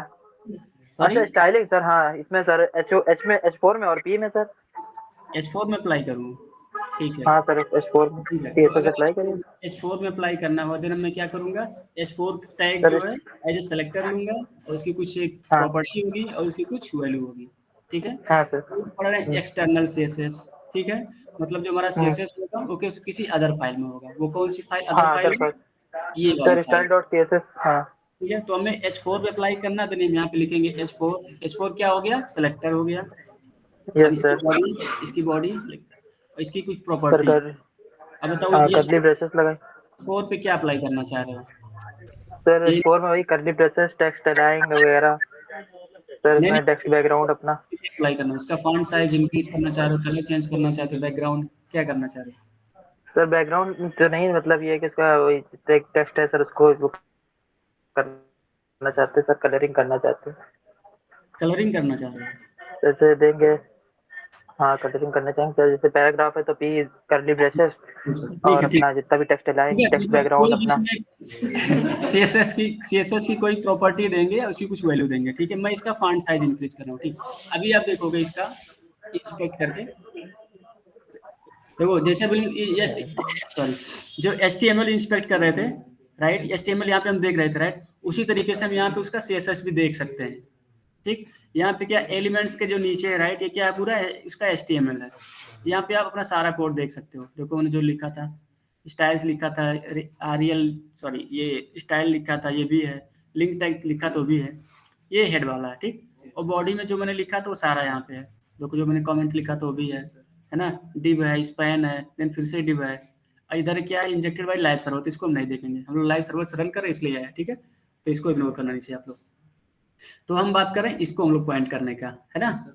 इस पे H4 पे कुछ CSS हम लोग अप्लाई करने का कर रहे हैं, ठीक। तो आप देखोगे यहाँ तो HTML का है, इसका HTML का कोड दिख रहा है, एंड राइट साइड में यहाँ जो दिख रहा है स्टाइल्स दिख रहा है ना, यहाँ पे उसका CSS है, ठीक है। तो अगर हमें CSS कुछ देखना हुआ रन करने के बाद कि क्या CSS अप्लाई हुआ है, तो कहाँ देखोगे आप लोग, स्टाइल्स में देखोगे। कहाँ दिखेगा, राइट साइड में दिखेगा, ठीक है। तो H4 टाइम में कुछ बाय डिफॉल्ट स्टाइलिंग्स आती है, इसीलिए वो देखो ऑटोमेटिक ये बोल्ड में है। मतलब H4 नहीं, सारे एलिमेंट्स में, चाहे H1 हो, चाहे H4 हो, चाहे H6 हो, चाहे P टैग हो, चाहे एंकर टैग हो, सब में कुछ ना कुछ पहले से स्टाइलिंग्स आती है बाय डिफॉल्ट, ठीक। तो H4 का देखो अब यहाँ लिखा है, इसका कुछ लिखा है, डिस्प्ले ब्लॉक है, राइट, एंड स्टार्ट, इसका मार्जिन ब्लॉक स्टार्ट ये है, एंड ये है ना, कुछ लिखा हुआ है इसका। तो इसको भी हम चेंज कर सकते हैं, राइट, इसको चेंज कर सकते हैं। तो वही मैं कह रहा था कि इसका जो है H4 है, इसका हम लोग साइज इंक्रीज करेंगे। और कैसे कैसे करेंगे हम लोग, एक्सटर्नल का हम लोग एग्जांपल दे रहे हैं, तो इसलिए सेपरेट फाइल में लिख रहे हैं। तो फॉन्ट साइज चेंज करने के लिए एक एट्रीब्यूट होता है, कौन सा, फॉन्ट साइज, ठीक है।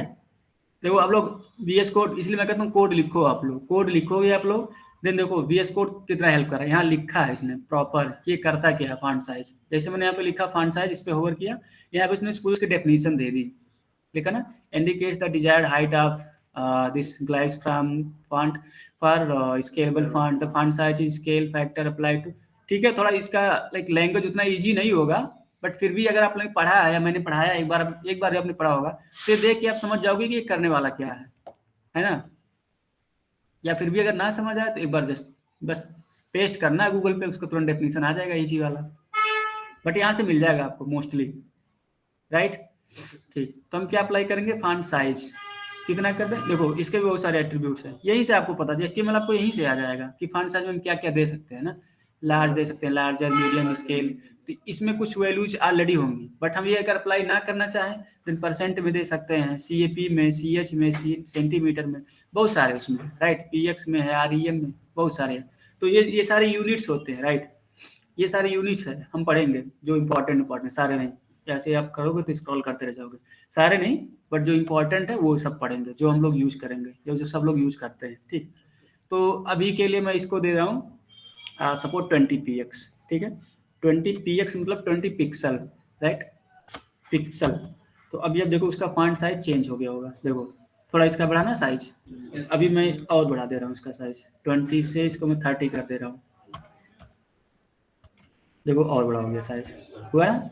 तो जो मैंने इस पर CSS लिखा, अगर मैं यहाँ से इसको इंस्पेक्ट करूँ सॉरी यहाँ पे, देन यहाँ देखो आ गया होगा, है ना। मैंने जो लिखा था, तो यहाँ लिखा कि कहाँ से आया है CSS, लिखा ना, सॉरी styles.css, styles.css में मैंने H4 को पॉइंट किया, उस पर फॉन्ट साइज अप्लाई किया और कितना दिया, 30 दिया।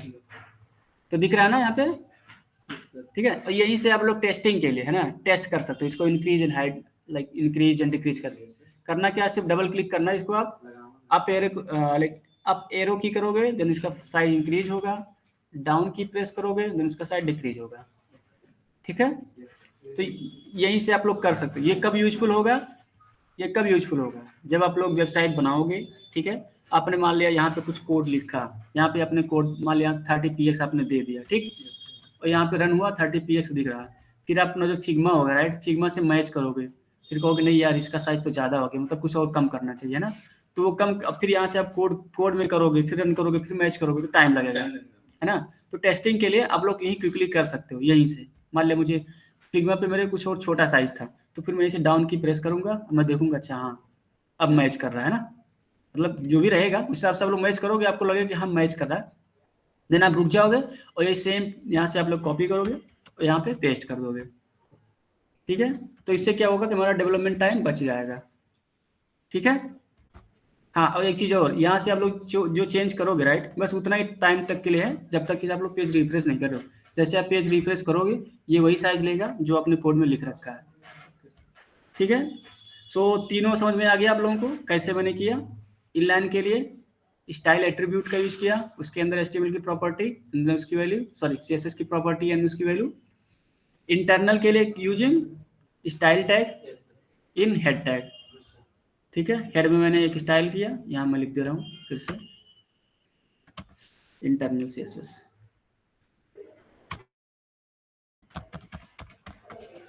Internal CSS। और एक्सटर्नल CSS के मैंने क्या बताया था, using link tag, right, using link tag and separate separate CSS file, है ना। ये दो चीजें तो होने की है इसमें एक्सटर्नल के लिए। तो कहाँ पे हमने लिंक किया है एक्सटर्नल वाली फाइल, यहाँ पे। तो यहाँ मैं लिख दे रहा हूँ कि किसका एग्जाम्पल है, एक्सटर्नल CSS का। अभी भी इसमें किसी को कोई डाउट? अब आई थिंक नहीं होना चाहिए, इतना कोई एक्सप्लेन नहीं कर पाएगा, मतलब कर पाएगा इतना कोई करेगा नहीं। अभी हमने कुछ पढ़ा ही नहीं आज, सिर्फ 3 टाइप्स के CSS ही पढ़ा है, ठीक है। तो अभी किसी को कोई इसमें फिर से कुछ डाउट हो तो बता दे, नहीं तो कल फिर से नहीं पलटा जाएगा पन्ना, ठीक है। सर, सबको क्लियर है अभी? क्लियर है या सर, कुछ क्लियर हो गया? तो हम लोग टैग्स के अंदर बिना मतलब स्टाइल मेंशन किए भी तो फॉन्ट चेंज कर सकते हैं ना, फॉन्ट लिखकर। कैसे कैसे बोल रहे हैं, फिर से बताओ। बिना Tags के स्टाइल अंदर? मतलब कोई भी टैग मान लो ले लिया, हाँ। उसके अंदर में फॉन्ट चेंज करना और डायरेक्ट फॉन्ट लिखकर भी तो कर सकते हैं बिना स्टाइल यूज किए लिखे, मतलब डिव के मतलब अंदर कैसे? यहाँ पे राइट ऐसे फॉन्ट है, यहाँ पे जैसे पैराग्राफ है, पी के अंदर हमने फॉन्ट कलर ले लिया, फॉन्ट हाँ ठीक है, कहाँ पैराग्राफ में? पी टैग फिर कोई भी लिए, दिस इज अ पैराग्राफ को ले। हाँ ठीक है, यहाँ पे बोल रहे हो इसके हाँ, अंदर? फॉन्ट, हाँ। क्या यहाँ पे फॉन्ट बोल रहे हो? नहीं लेगा भाई, इसको बताना पड़ेगा कि ये फॉन्ट क्या है, स्टाइल आप चेंज कर रहे हो ना, दोनों बताना पड़ेगा आपको, ऐसे नहीं होगा, कैसे लिखोगे आप, समझ ही नहीं पा रहे। नहीं समझ पाएगा ना वो। अब मान लो ठीक है, मैं लिख दे रहा हूँ, आप बोल रहे हो तो 100 में लिख 1000 लिख दिया, कुछ चेंज हुआ इसमें? कुछ नहीं चेंज हुआ। उसको बताना पड़ेगा ना कि मैं क्या लिख रहा हूँ, ये फॉन्ट साइज है, राइट। इसको आप लोग उठाओगे, किस में डालोगे? स्टाइल एट्रीब्यूट में, आप समझेगा ये।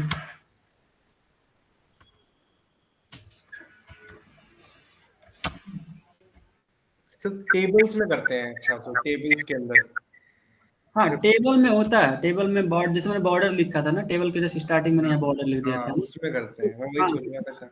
कुछ लाइक कुछ टैग्स होते हैं राइट, जो खुद स्टाइल, कुछ स्टाइलिंग्स वो बाय डिफॉल्ट प्रोवाइड करते ही हैं। आई मीन कुछ प्रॉपर्टी कुछ वो प्रोवाइड करते हैं जिससे उसकी स्टाइलिंग आप लोग चेंज कर सकते हो, बट वो मोस्टली नहीं यूज होगा। मोस्टली आप लोग जब प्रोडक्शन में वर्क करोगे साइट्स में, देन आप HTML टेबल ही नहीं यूज करोगे, मतलब बहुत रेयर केस में यूज करोगे। आप लोग कोई ना कोई एक थर्ड पार्टी लाइब्रेरी यूज करोगे, जैसे 10 स्टैक हुआ, मटेरियल UI हुआ। इसमें क्या होगा, टेबल के साथ साथ ना उस टेबल में बहुत सारी functionality out of the box आपको मिल जाएगी। टेबल में आपको सर्च का मिल जाएगा ऑप्शन, उसमें आपको पेजिनेशंस का मिल जाएगा, है ना। तो अगर आप खुद से एक HTML टेबल बनाओगे तो उसमें ये सब सारी चीज़ें आपको फिर से स्टार्टिंग से इम्प्लीमेंट करना काफ़ी टफ काम हो जाएगा। तो इसलिए हम लोग थर्ड पार्टी कुछ लाइब्रेरीज का यूज़ करते हैं, जैसे कि मटेरियल UI मैंने बताया, लेआउट डिजाइन करते हैं वो टेबल टैग्स को भी यूज करके कर सकते हैं ना, लेआउट बनाना होगा किसी वेबसाइट में। हाँ, उसमें कर सकते हो। मान लिया आपको कुछ लाइक रोज एंड कॉलम के फॉर्मेट में कुछ डेटा दिखाना, कुछ लिमिटेड डेटा दिखाना, देन आप कर सकते हो। बट सपोज आपके पास थाउजेंड्स ऑफ रिकॉर्ड्स हैं, राइट, तो आप टेबल बनाओगे, देन आप सोच लो पूरा पेज तो आपका भर जाएगा टेबल में ही, है ना। फिर आप कहोगे नहीं ऐसे नहीं काम चलेगा, अब टेबल में कुछ पेजिनेशन लगाएं, मतलब टेबल में कुछ एक बार में 10 ही रिकॉर्ड दिखें, जो रिमेनिंग है वो नेक्स्ट पेज पे दिखे, देन नेक्स्ट पेज पे दिखे, कुछ बटन हो उस पर क्लिक करें, देन रिमेनिंग वाला दिखे, है ना। तो ये सब सारी चीज़ें खुद से करोगे देन काफ़ी टाइम लग जाएगा। तो सीधा सीधा कुछ एक्सटर्नल लाइब्रेरीज हैं हम लोग यूज करेंगे और काम बन जाएगा, ठीक है। तो इसमें तीनों में अभी तो नहीं ना किसी को कोई डाउट है? No sir. ठीक है, तो अभी हम लोगों ने कल का ही नहीं कवर कर पाए क्या क्या पढ़े थे हम लोग।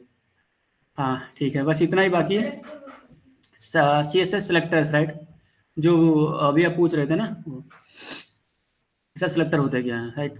तो एक तो लाइक HTML एलिमेंट्स होते हैं, डायरेक्टली हम उसका नाम दे सकते हैं। जैसे अभी हम लोग क्या कर रहे थे, div लिया हमने, H4 लिया, है ना, p टैग लिया, और उस पर डायरेक्ट हम लोगों ने लिखा और उस पर CSS अप्लाई किया, राइट। इसको मैं कॉपी कर लूँ आज वाले में, वही लिखते हैं।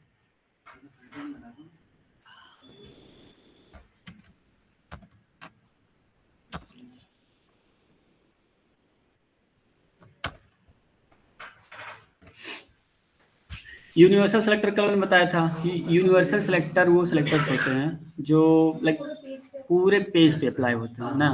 मतलब अगर हमने स्टार लिखा, जैसे कि, हाँ एक चीज़ और सुनो, मैंने बताया ना कितने टाइप्स के CSS होते हैं। भाई बोला करो यार, ऑनलाइन वाले भी बोला करो, आप लोग बिल्कुल म्यूट हो, पता नहीं कहाँ हो। सर बोल इनलाइन, इंटरनल, एक्सटर्नल। हाँ देखो, बोलने से क्या होगा ना कि एक बार ना आप लोगों को माइंड में जाएगा, देन याद हाँ, रहेगा। बोलने से रिपीट होता है। हाँ, होता नहीं है, मतलब कुछ लोग होते हैं माइंड में पढ़ते हैं, राइट, तो उन्हें लगता है कि आ गया, आ भी जाता है, बट वो जल्दी भूल जाता है। बट जो लोग बोलते हैं लाइक, एक बार क्या हो रहा है कि आप बोल रहे हो, राइट, तो बोल रहे हो, मुंह से आवाज नहीं कर रहा, देन आपके कान में भी जा रहा है, अब आंख से देख भी रहे हो ना, तो 3 तरीके से आपके अंदर जा रहा है ना दिमाग में, तो जल्दी याद रहता है, वो काफी देर तक याद रहता है। अभी क्या हो रहा है, सिर्फ आप आंखों से देख रहे हो, है ना, तो इनपुट आपका सिर्फ आंख ही हुआ, तो वो जल्दी गायब हो जाएगा। अभी आप बोलोगे, राइट, देन आपके लाइक कान से भी जा रहा है, आंख से भी जा रहा है ना, और कहाँ से, ठीक है sorry guys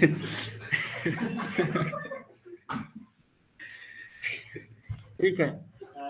so internal CSS, sorry, inline CSS, internal CSS and external CSS। अच्छा आप बताओ, इनमें से रिकमेंडेड कौन सा वे है, लाइक कौन सा हम लोग यूज करें? ठीक है, आप लोग बता दिए, अब ऑनलाइन वालों से पूछते हैं कौन सा रिकमेंडेड वे है। 3 वे है, राइट, इनमें से रिकमेंडेड कौन सा वे होगा और क्यों होगा, कौन बताएगा? ऑनलाइन वाले बताए कोई, ऑनलाइन वाले भाई। आप देखो सोच सकते हो, जरूर नहीं है कि जो बता रहा है उसने कहीं से पढ़ा हो, आप खुद से सोच सकते हो कि अच्छा ऐसा करने से ये हमारा बेनिफिट होगा। क्योंकि ये सब इंटरव्यू में क्वेश्चंस पूछे जाते हैं। तो देखो 3 तरीके के बताया, राइट। एक हुआ कि आप यहीं अप्लाई कर रहे हो, दूसरा है कि आप यहाँ अप्लाई कर रहे हो, और तीसरा है कि हम एक अलग फाइल में अप्लाई कर रहे हैं, राइट। तो आप लोग बताओ, आप सोचो कि आपको एक पूरी वेबसाइट बनानी है, राइट। इसमें बहुत सारे पेजेज हैं, है ना, बहुत सारे पेजेज है, बहुत सारे कंपोनेंट्स हैं, आपको CSS उसमें लिखना है। देन इसमें से कौन सा वे रिकमेंडेड होगा, मतलब कौन सा लिखना ज़्यादा बेनिफिशियल रहेगा और क्यों होगा, कोई बताएगा? सोच के बताओ थोड़ा सा भाई, क्या कुछ सर? तो आ रहा होगा माइंड में। हाँ बताओ, अंश बताओ। सर मुझे इनलाइन लगता है। इनलाइन? हाँ, क्योंकि हम लोग अलग अलग पेजेस में करेंगे तो हम वहीं के वहीं चीजें सही कर लेंगे। कहाँ पर सर? ठीक है। ठीक है, अंश ने बोला इनलाइन करते हैं, और कोई? ठीक 2 है, मिनट। ऑफलाइन में कुछ लोग बोल रहे हैं एक्सटर्नल का करते हैं, लाइक एक्सटर्नल ज़्यादा रिकमेंड करते हैं। कोई और? सर एक्सटर्नल ही ज्यादा रिकमेंड करते हैं। ठीक है, सर एक्सटर्नल ज्यादा सही है। तनिष्क किसको बोल रहे हो आप? तनिष्क आपने सर बोला था एक्सटर्नल को ज्यादा एक्सटर्नल है। ठीक है, ठीक है, ज़्यादा वोट एक्सटर्नल को जा रहे हैं, बट ठीक है। सर एक्सटर्नल ज्यादा बेटर है। क्यों यूँ है, आप रीजन बताएंगे एक्सटर्नल क्यों है, मतलब एक्सटर्नल को क्यों सर एक रिकमेंड लाइन करते में हैं? कोड ना करना पड़े। सॉरी, क्यों बोल रहे हैं आप, बताएंगे बात फिर से? सर एक लाइन में कोड ना करना पड़े। हाँ सर ठीक है। सर इनलाइन में क्या होता है कि एक एक कोड करना पड़ता है, और हम्म, एक्सटर्नल में ये होता है कि पूरा HTML का जितना भी है सर कलरिंग उसी में हो जाती है डायरेक्ट। तो ये हाँ ठीक है, वो आप सही बोल रहे हो, ठीक है। बट अगर आप लोग लाइक कस्टम CSS लिख रहे हो, custom CSS in the sense कि आप खुद से पूरी वेबसाइट की स्टाइलिंग्स लिख, देखो CSS लिखने के कई तरीके, एक 3 तरीका हुआ, बट हम लोग क्या कर रहे हैं, खुद से CSS लिख रहे हैं, है ना। CSS खुद से एक सेलेक्टर ले रहे हैं, उसके अंदर कुछ प्रॉपर्टी एंड कुछ वैल्यू लिख रहे हैं, ठीक। तो एक तरीका वो कि हम खुद CSS यूज लिखते हैं, और दूसरा तरीका ये होता है कि हम CSS यूज करते हैं, ठीक है। अब यूज करने मतलब क्या होगा कि हम कुछ CSS के कुछ फ्रेमवर्क्स होते हैं, जैसे आप लोग सुना होगा बूटस्ट्रैप, ठीक है, टेलविन CSS, ठीक। तो उसमें हम लोग CSS लिखेंगे नहीं, सिर्फ हम लोग यूज करेंगे, है ना। तो जब CSS हम लोग यूज करेंगे, देन हमें उसके फॉर्मेट पे चलना होगा, राइट। जैसे वो बोलेगा उस हिसाब से हमें लिखना होगा, है ना। तो उस बेसिस पे हम लोग दोनों रिकमेंड करते हैं। आई मीन अगर आप CSS यूज कर रहे हो, किसी एक्सटर्नल फ्रेमवर्क का CSS यूज कर रहे हो, देन जैसा वो बोलेगा उस हिसाब से हम CSS लिखेंगे। सो मोस्टली जो फ्रेमवर्क्स होते हैं, राइट, वो रिकमेंड करते हैं इनलाइन CSS का। क्यों? क्योंकि उनमें लाइक वो ऑलरेडी कुछ CSS के क्लासेस बना रखे होते हैं, ठीक है। क्लासेस मतलब कि कुछ उन्होंने कुछ एक यूटिलिटी फंक्शंस या कुछ मतलब कुछ उन्होंने बना रखा है, ठीक है, जिसको हम लोग क्या करेंगे अपने इस टैग पे, राइट, जैसे डिप पे हमें अप्लाई करना हुआ, देन यहाँ पे हम कुछ लिखेंगे यहाँ पे, ठीक है। जैसे यहाँ पे हम लिखेंगे सिर्फ इसी कुछ वर्ड से ही, राइट, कुछ वर्ड से ही, इस कुछ वर्ड से ही इस पे कुछ CSS ऑटोमेटिक आ जाएगा। हमें कुछ यहाँ पे की वैल्यू लाइक प्रॉपर्टी कुछ नहीं देना होगा, सिर्फ उसका CSS लिखेंगे वो अप्लाई हो जाएगा, राइट। तो अगर हम कोई फ्रेमवर्क यूज कर रहे हैं, देन वहाँ पे हम लोग कौन सा CSS यूज करेंगे, इनलाइन CSS, है ना। बट अगर हम खुद से CSS लिख रहे हैं, खुद से कोई CSS यूज नहीं कर रहे हैं, राइट, देन उस केस में एक्सटर्नल CSS रिकमेंडेड होगा। अब एक्सटर्नल CSS क्यों रिकमेंडेड होगा? क्यों? क्योंकि हम लोग जो सेम CSS यहाँ पे लिख रहे हैं ना, जैसे यहाँ पे मैंने H4 के लिए लिखा, हो सकता है यही सेम CSS, राइट, S4 वाला हमें कहीं और यूज हो रहा है ना। मान लिया मैं यहाँ पे कुछ क्लासेस में बना रहा हूँ डॉट, सपोज यहाँ रेड कलर का मैंने बनाया, ठीक, एक मैंने यहाँ पे क्लास बना दिया रेड कलर का कलर इक्वल टू रेड दे दिया, ठीक है। तो ये मैंने क्लास बना दिया, अभी बता रहा हूँ, कल बताया था मैंने, बट एक बार फिर से अभी बताऊंगा। मैं सिर्फ एग्जांपल बता रहा हूँ इंटरनल एक्सेस एक्सटर्नल का, ठीक है। तो मैं जहां पे ये वाला क्लास दे दूंगा, राइट, अभी मैंने CSS एक ही बार लिखा, और मैं वहीं पर अप्लाई हो जाएगा। वो हर जगह अप्लाई हो जाएगा, हाँ। राइट। अभी मैंने CSS एक ही जगह लिखा, राइट, बट हम लोग हर जगह अप्लाई कर रहे हैं, है ना। अब ये वाला कोड मुझे बार बार नहीं रिपीट करना पड़ रहा है ना। एक बार मैंने लिखा और इसका जो मैंने क्लास दिया था, राइट, ये क्लास उठाया और जहां जहां पे अप्लाई करना था वहां पे इसको लिख दिया, राइट, और हर जगह ये चेंज हो गया। अब देखोगे जहां जहां मैंने अप्लाई किया था सब पे हो गया वो कलर, ठीक। ठीक है। अब आप लोगों को क्वेश्चन करना चाहिए कि सर वो तो हम यहाँ पे भी लिख सकते हैं, राइट, इंटरनल में भी लिख सकते हैं, फिर एक्सटर्नल क्यों, बट आप लोग नहीं पूछ रहे हो। अच्छा हेड में ना, देखो सेम चीज जो मैंने यहाँ लिखा, राइट, यही मैंने कुछ क्लास बनाया, राइट, अगर मैं यहाँ से इसको उठा के, ठीक है, इसको मैं कमेंट कर दे रहा हूँ और यहाँ लिख दूँ तो भी तो वही काम हुआ, हमने CSS एक ही बार लिखा, बट अप्लाई जब ये होगा कह रहे थे क्लास ही नहीं चलेगी सर की, ठीक है। तो देखो काम तो वही हो रहा है ना यहाँ पे भी। तो उसका रीजन क्या है एक्सटर्नल लिखने का, एक्सटर्नल रिकमेंड करने का, कि जरूरी नहीं है कि हमारे वेबसाइट में एक ही HTML फाइल हो। अभी हमारे पास एक ही HTML फाइल है, राइट, देन हम चाहे यहाँ लिखें, राइट, चाहे एक्सटर्नल में लिखें, अप्लाई तो वही उसी HTML फाइल में होगा, है ना। अगर हमारे पास मल्टीपल HTML फाइल है, राइट, यहाँ पे index.html हो सकता है, कहीं home.html हो सकता है, कहीं about us.html हो, ठीक है। तो अब हम क्या करेंगे, इस same CSS file styles.css file सारे उसमें सारे HTML फाइल में क्या करेंगे, इंक्लूड कर देंगे। कैसे करेंगे इंक्लूड, जैसे मैंने इसमें किया यहाँ पे लिंक टाइप का यूज करके, ठीक है। सेम वे में हम लोग यूज कर देंगे। अब उस केस में क्या होगा, हमारा CSS सिर्फ यही रहेगा और यही सेम CSS हम लोग मल्टीपल HTML फाइल में यूज कर लेंगे। इसलिए हम लोग किसको रिकमेंड करते हैं, एक्सटर्नल CSS को, ठीक है। तो अगर हमें खुद से CSS लिखना है देन हम रिकमेंड करेंगे एक्सटर्नल CSS का, ठीक है। किसी को कोई डाउट इसमें, कोई डाउट हो तो भी पूछ ले।